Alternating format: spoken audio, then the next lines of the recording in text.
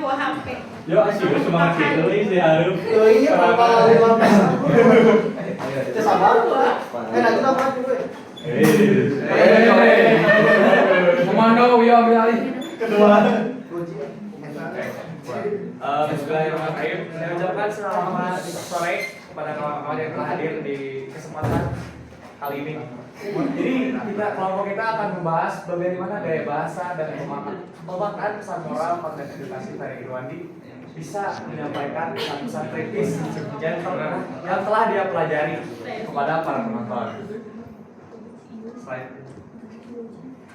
Oke, dilanjut oleh Farhan. Dari latar belakang penelitian, YouTube sebagai ruang belajar, platform YouTube di Indonesia telah bertransformasi dari sekedar medium hiburan kasual menjadi alternatif, terutama ruang transfer pengetahuan di kalangan generasi muda digital. Di tengah kepungan konten pragmatis, Ferry Irwandi muncul mengemas konten sosial ekonomi bernarasi tajam, kritis namun tetap membumi. Instrumen, retorika, dan moral. Kekuatan Ferry terletak pada keandalan mengawinkan register akademis struktural dengan dialek santai seharian. Gaya bahasa serta visualnya bukanlah pemanis estetika belaka, melainkan instrumen terencana untuk menyisipkan pesan moral, penumbuh nalar kritis. Lanjut.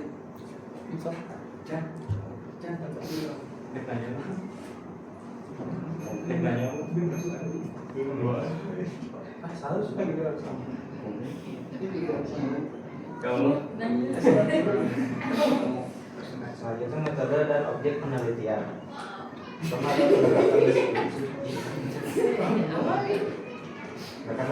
Menggunakan kerangka kualitatif, deskriptif guna mengurai cara komparatif dan data linguistik dari fenomena bahasa Ferry Irwandi. Terus ada analisis isi dari konten tersebut, mengkaji secara sistematis diksi, transkrip, implementasi akan majas serta struktur pesan moral pada korpus video terpilih. Lalu ada 3 video target. Video target pertama ada Dirwini Salim yang terus tentang arus sistem pendidikan Finlandia serta krisis pelemahan nilai tukar rupiah.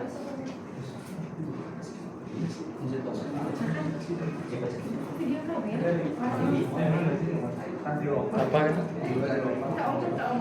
Iya, layarnya hidup.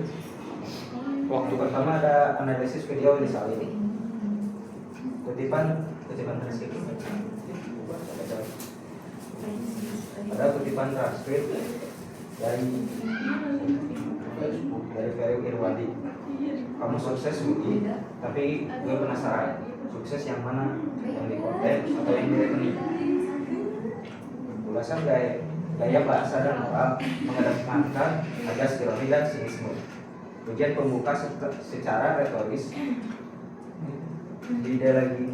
didelegitimasi oleh kontradiksi visual versus realita di balik layar. Pesan moral mengajak audiens cerdas memilih validitas dari komodifikasi citra digital. Kalian tahu nggak ironi dan sinisme itu apa? Ironi. Enggak. Ironi mah nyindir tapi secara halus. Misalnya sukses yang mana? Dia tuh memuji awalnya kamu sukses milih, tapi sukses yang mana itu sendiri dan halus. Lalu sinisme itu sindiran secara terang-terangan yang di konten atau yang di rekening. Jadi apa enak sinisme dan ironi itu naon kan? Lanjut Analisis video yang kedua, kutipan transkrip kita menyebar modelnya tapi tidak menyebar kondisi yang membuat model itu bekerja.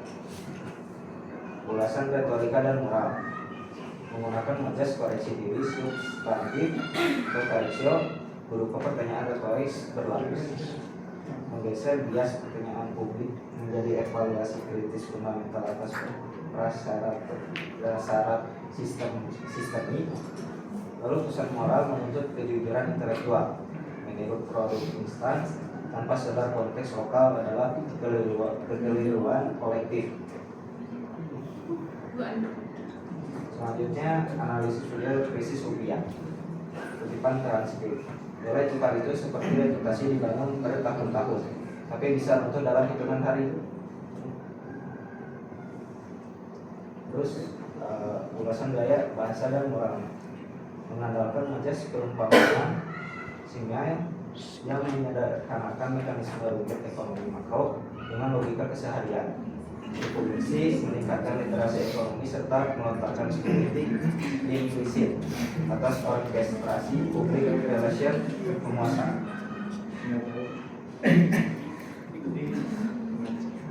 Jadi lapor. Lanjutkan. Implikasi dan temuan utama. Berdasarkan ketiga analisis tersebut dapat disimpulkan bahwa variasi gaya bahasa dalam video-video pairing bukan sekadar ornamen, melainkan taktik pragmatis yang tersusun rapi. Setiap pilihan register dirancang secara presisi untuk menyasar profil psikologis penonton agar pesan yang disampaikan dapat meninggalkan kesan yang mendalam. Dengan memadukan dialektika, kritis dan pengolahan audiovisual yang profesional, konten ini mampu melampaui batasan kurikulum formal yang cenderung kaku. Hal ini membuktikan bahwa retorika bahasa yang tepat guna mampu memperkuat daya jangkau pendidikan moral di era modern. Lanjut, kesimpulan dan saran. Sebagai penutup, dapat kami simpulkan bahwa bahasa berfungsi sebagai medium moral bagi Ferry Irwandi. Dia secara konsisten menggunakan berbagai spektrum bahasa, mulai dari sinisme tajam untuk kritik sosial hingga simile analogis untuk edukasi finansial yang disesuaikan dengan fungsi sosiolinguistik dan masing-masing konten. Gaya komunikasi ini berhasil menerjemahkan isu-isu yang bersifat elitis dan struktural agar lebih melekat secara moral di benak audiens milenial dan Gen Z. Berdasarkan temuan tersebut, kami ingin menyampaikan dua saran. Yang pertama, bagi kreator edukasi disarankan untuk meniru kedisiplinan menghindari dalam menyesuaikan diksi dengan psikologi target penontonnya. Yang kedua, bagi mahasiswa dan akademisi penting untuk menguasai seni retorika kritis agar argumen ilmiah tidak kehilangan ketajamannya ketika disampaikan ke ruang publik.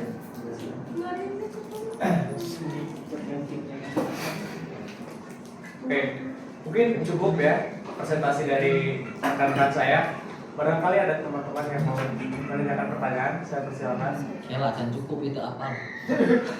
Jadi inti nama kita di depan teh ya sedang menganalisis bagaimana Ferry Irwandi memilih gaya bahasa supaya bahasanya itu bisa sampai ke telinga penonton sampai ke hati. Bahasana. Ya.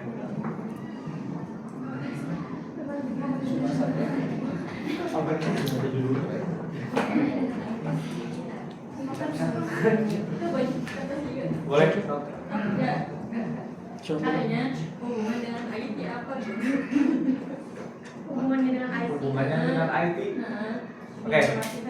Kita kan semua tahu ya kalau IT itu adalah bahasa yang susah dipelajari. Setuju nggak? Setuju. Nah, maka dari itu kita butuh pemilihan kata yang bagus supaya saat kita mengajarkan ilmu IT kepada orang yang bisa dibilang pemula lah, kita tuh bisa menyampaikan lewat perumpamaan tadi.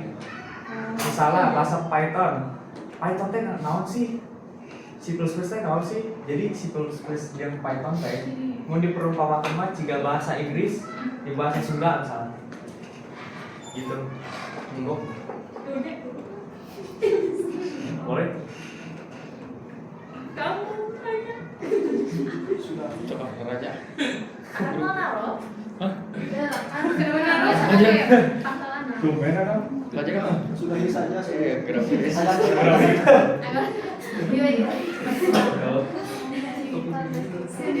Boleh. Ada yang mau bertanya tentang apapun lah. Bebas ya. Tidak tentang apapun sih, tentang Tentang gue kebijakan. tidak Tapi jauh jangan dari ke kebijakan ya, karena Ya. kita bahas segala Iya, iya, iya. Dah. Coba tadi boleh boleh. Karena sebelumnya salam kenal, nama saya Rekan Gusti. Sembilan kemarin belum kenal. Karena kan ini matkul bahasa Indonesia ya. Nah, kira-kira pandangan kalian dalam etika berbahasa Indonesia, khususnya dalam pembuatan konten edukasi misalkan, konten kreator lah, nggak cuma edukasi gitu.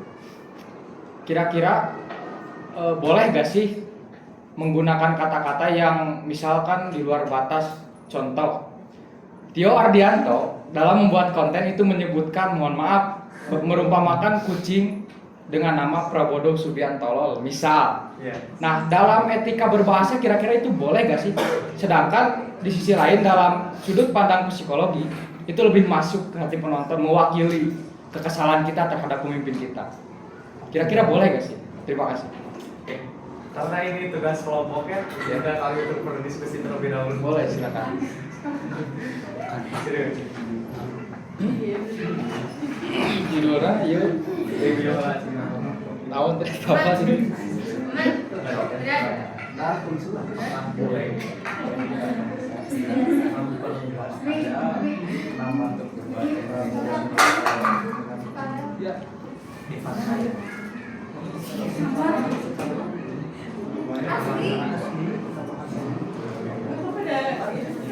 Tidak boleh.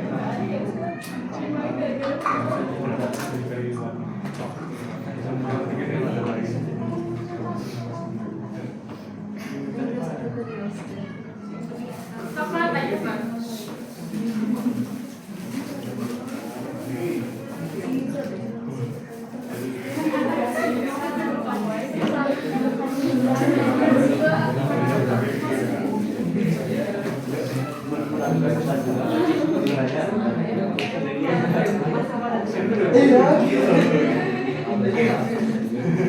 Setelah kami berdiskusi dapat ditarik kesimpulan, boleh nggak sih kalau tadi teh Tio memperumpamakan kucing Iya, dengan nama Prabowo Subianto. Prabodo Subianto. Oh, bentar. Nah, secara bahasa apa? Itu boleh, secara bahasa boleh. Kenapa? Karena majas perumpamaan atau simile itu kan membandingkan dua hal yang berbeda. Otomatis Tio itu sedang membandingkan. Cuman kita berbicara soal etika. Iya. Boleh atau enggak? Menurut saya pribadi, menurut kelompok kami itu enggak boleh. Alasannya? Karena mungkin itu masuk terhadap penghinaan secara tidak langsung. Oke, tapi kita perlu memahami setelah Tio menyebutkan Prabodo Subiantolol sebagai nama kucingnya, Tio mengklarifikasi bahwa nama ini hanyalah nama fiksi dan tidak ada keterikatan dengan dunia nyata. Apakah itu masih termasuk penghinaan, sedangkan tidak langsung ditujukan, menyatakan bahwa itu fiksi? Otomatis pernyataan yang sebelumnya itu terbantahkan. Karena ditegaskan kembali di bahasa selanjutnya kalau itu tidak ada kaitannya dengan cerita asli. Gitu. Jadi boleh? Boleh. Secara etika boleh? Secara etika boleh. Terima kasih. Silakan. Mau nyobain? Boleh. Saya Sisa Cahaya Subara dari Prodi Matematika dari kelompok 3. Tadi kan ada pembahasan kalau Ferry Irwan itu kan menggunakan gaya bahasa retoris, sinisme atau satir kan dalam menyampaikan kritik sosial sama pesan moralnya. Nah, kalau misalkan dikaitkan ke ragam studi bahasa kan gaya itu termasuk ke ragam fungsional. Nah, kan gaya formal sama populer. Yang persuasif gitu kan. Nah, terus menurut kelompok kalian gitu, seberapa besar sih pengaruh pemilihan ton atau ragam bahasa yang cenderung sarkas atau satir itu dalam menentukan efektivitas penyampaian pesan moral? Kira-kira ragam itu tuh benar-benar ngebuat audiens berefleksi atau justru akan menimbulkan bias? Oke. Izin diskusi dulu ya.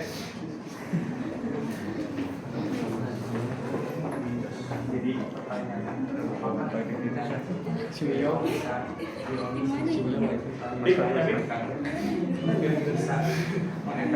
Di dokter dulu.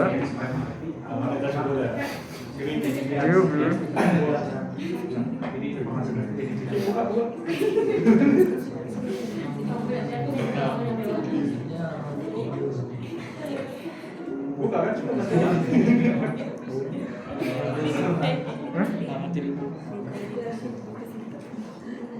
Oke, bangsa. Jadi info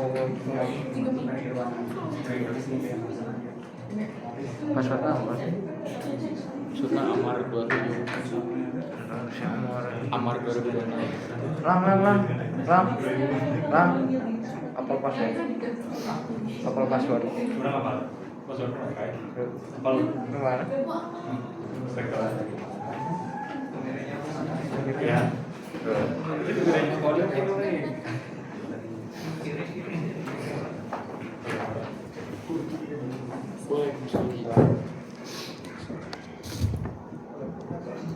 Di dalam sedikit di zoom dulu. Ada murah tik. Saya taman kemarin. PPT nanti kumpulkan wae nas slide nu kemarin. Dina grup ya.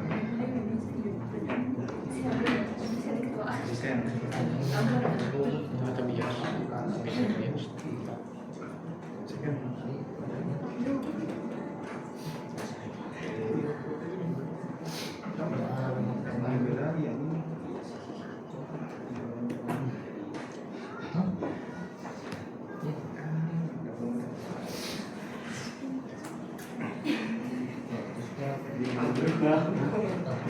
Oke, izinkan kami untuk menjawab ya, Sasa.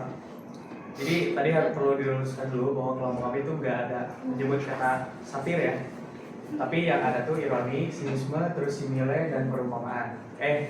Dan apa ya tadi itu aja kan? Coba itu yang kedua kan? Kedua, Analisis video kedua. Nah, koreksi. Jadi apakah gaya bahasa Ferry Irwandi itu bisa memunculkan kata yang bias gitu kan? Ada yang tahu bias apa? bias itu. Jadi kayak gak semua setiap orang yang Bisa dengar memahami si- lah. Mm-mm, Tidak gitu, semua orang bisa kayak memahami. gak semua orang bisa, kan belum tentu orang dengar si konten dari Irwandi ini bisa langsung merefleksi diri gitu. Oke. Jadi bias itu adalah ketidakjelasan informasi. Iya. Nah, apakah bisa memunculkan bias? Saya pikir ya, karena dalam video Ferry Irwandi itu kan banyak sekali kata-kata yang diperumpamakan. Otomatis orang yang tentunya IQ-nya di bawah rata-rata. Ketika Ferry Irwandi menyebutkan, coba slide yang sebelumnya, sebut sekarang. Nah, ketika Ferry Irwandi menyebut nilai tukar itu seperti reputasi dibangun bertahun-tahun, tapi bisa runtuh dalam hitungan hari. Orang yang ber-IQ rendah itu pasti langsung menganggap, oh, beneran duitnya dibangun, jika bangunan misalnya, tapi bisa diruntuhin, keren. Tidak pada arti sebenarnya gitu kan. Tapi Ferry Irwandi juga mengatasi hal tersebut lewat menurut kan? Nah, lewat majas koreksi. Apa majas koreksi? Jadi Ferry Irwandi itu mengungkapkan kata-kata, tapi dia teh menekankan juga kalau kita tuh jangan terlalu percaya pada siapapun, termasuk Ferry Irwandi sendiri. Jadi itu refleksi diri lah. Cukup? Boleh barangkali ada yang mau bertanya lagi?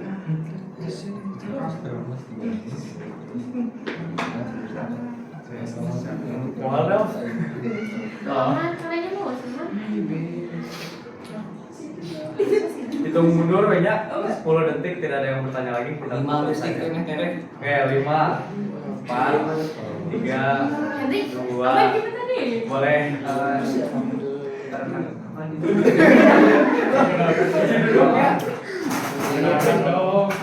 Tanya Sahan ngizinkeun dulu.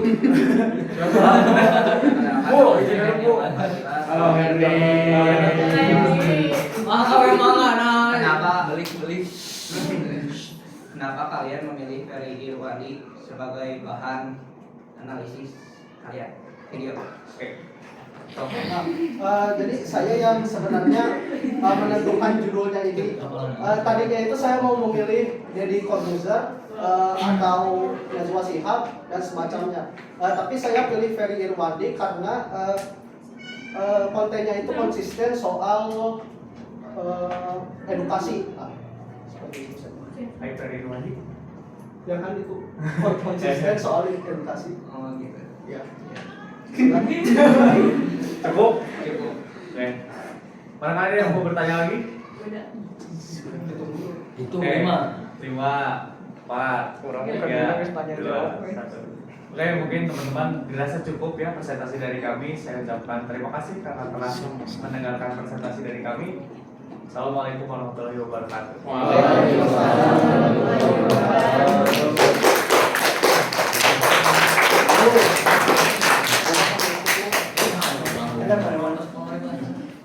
Kamu di mana tuh?